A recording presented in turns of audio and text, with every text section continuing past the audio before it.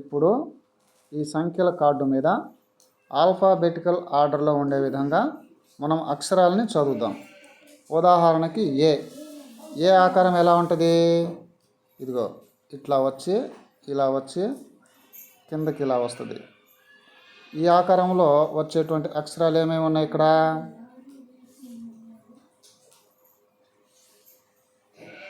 10, 19, 28,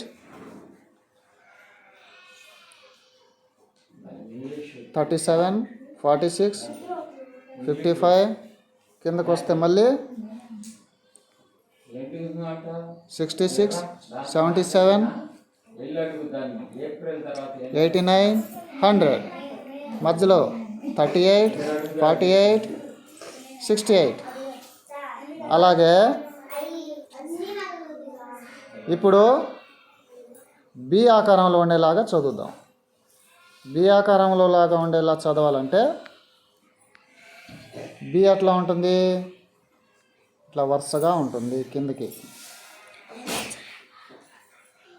1, 2, 3, 4, 5, 6, 7, 8, 9, 10. అలాగే ఇలా వస్తుంది. మళ్ళీ కిందకి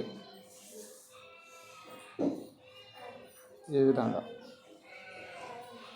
ఈ ఆకారంలో ఉండే అక్షరాలు